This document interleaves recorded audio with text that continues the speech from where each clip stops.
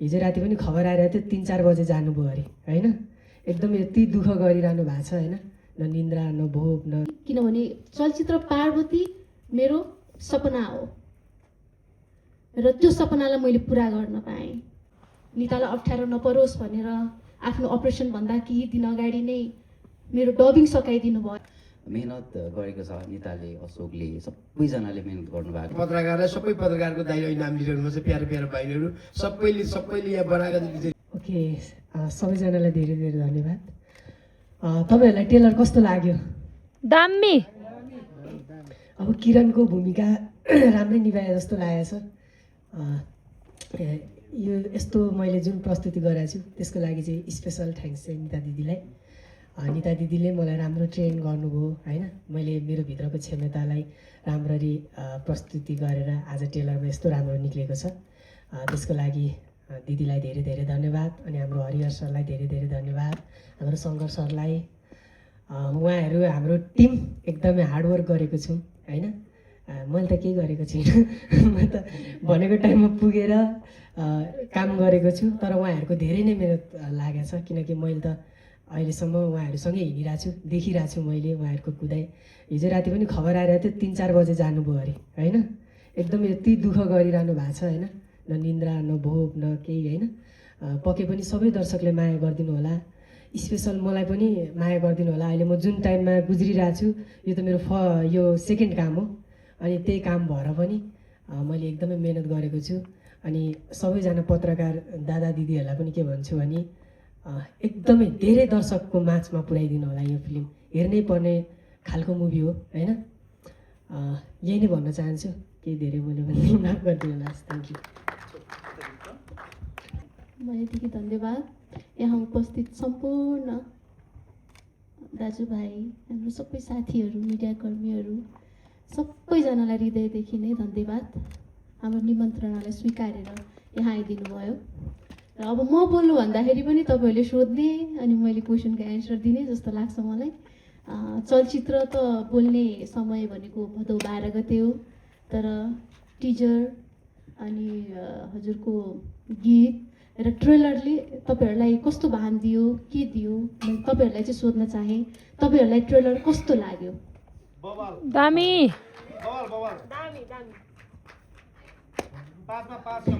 Emotional एकदमै। Thank you so much.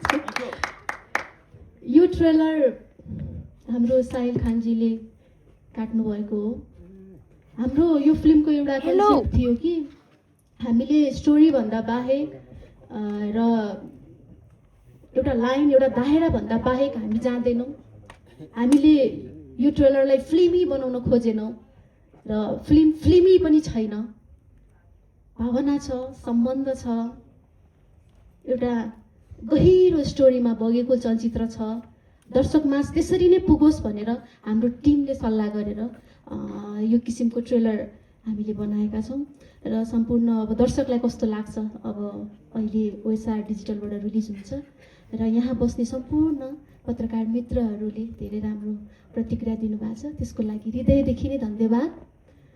र मैले थ्याङ्क्स भन्नै पर्ने व्यक्तिहरू, मेरो टिम, इन्टायर टिम, चलचित्र पार्वतीको, स्पेसली मेरो श्रीमान, किनभने श्रीमतीको हरेक सपना पुरा गर्ने मेरो लागि भगवान् होइन।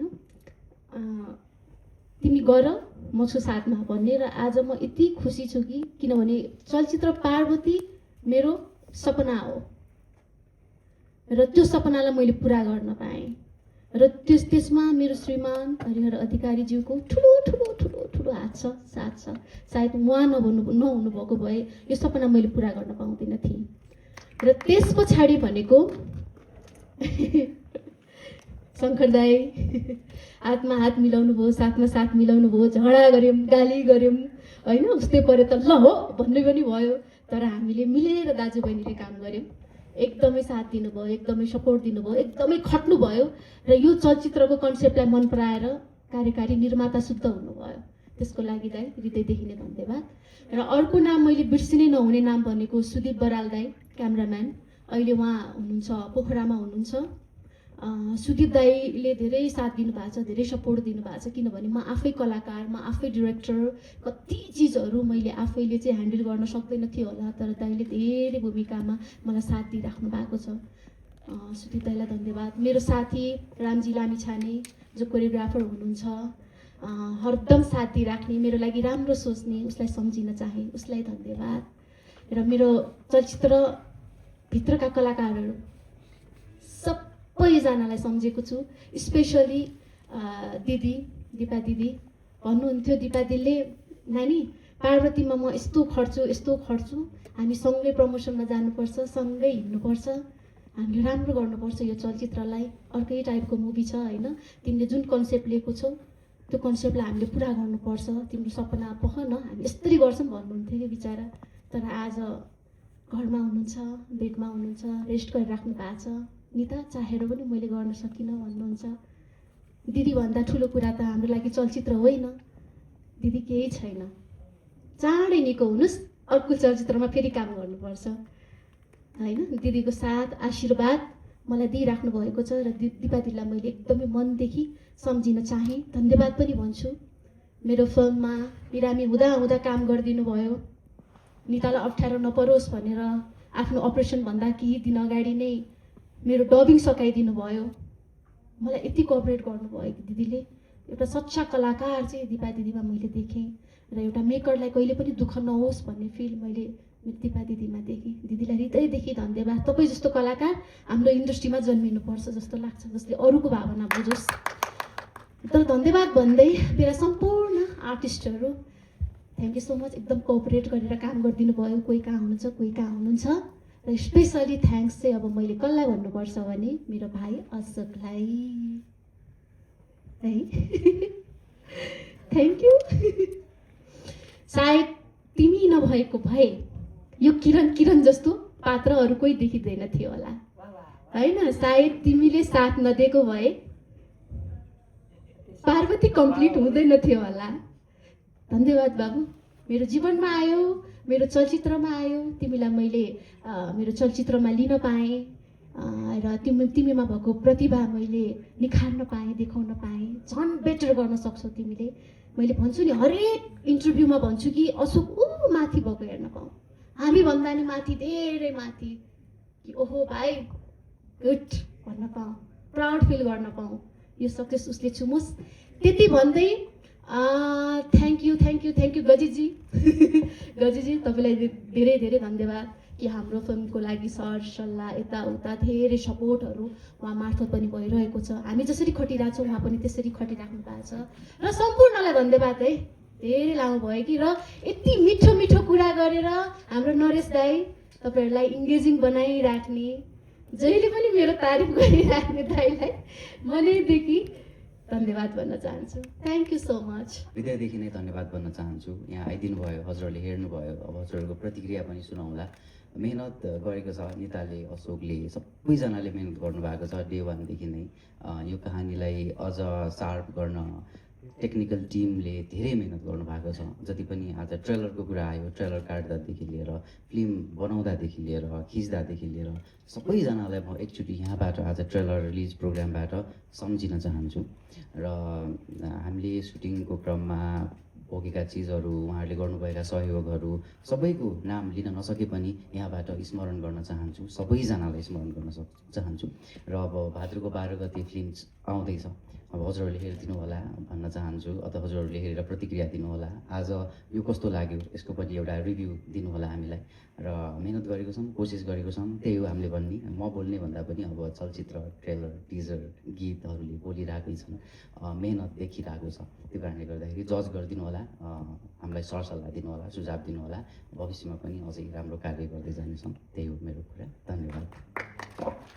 पत्रकारलाई, सबै पत्रकारको दाइ अहिले नाम लिइरहनुहुन्छ, प्यारो प्यारो बहिनीहरू सबैले यहाँ बनाएका भाइ हुन्, सबै बहिनी हुन्। यी दाजुभाइको सम्बन्धले गर्दा हजुरले यो क्यामेरा बोकेर सबै हलमा गएर भदौ 12 गते यसरी पेल्नु होला।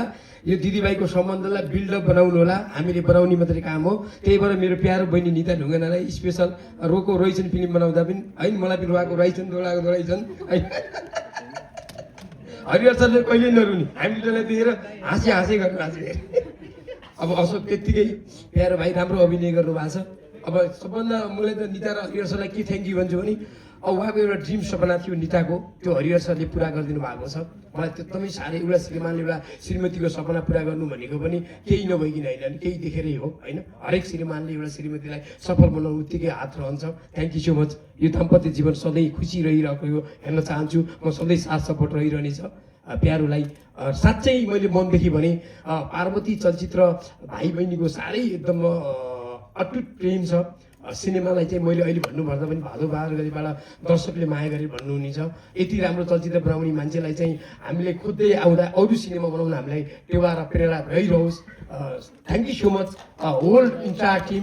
यहाँ मेरो टिमहरू राम्रो छ, सुरोज भाइ अनि हाम्रो महरा भाइ अनि राजेश अनि अरू पनि आउनु भएको छ। हामीले फेरि के भने सामाजिक सञ्जालमा लेखेका थियौँ सबैलाई आउनुहोस् भनेर, तर फेरि फोनै गरेर कतिजनाले भनेनौँ भनेको होला। यसैलाई पनि निमन्त्रणा गरेर अब आउने हाम्रो चलचित्रको अरू प्रोग्राममा स्पेसल रूपमा यसैलाई यो मिडियाको कोर्डिनेटरको सबैको मोबाइलबाट सबैको चाहिँ यो के अरे यो क्यामेराबाट मैले कैद राखेर भनिरहेको छु। हजुर सबैजना आउनु होला, हामी सबैजना निमन्त्रणा गरेका हुन्छौँ। कसैलाई पनि हामी काखा कसैले पाखा गरेको हुनु। हजुरको साथ सपोर्ट सबैजनाको मायाले गर्दा एउटा पार्वती जस्तो चलचित्र बन्न पुगेको छ।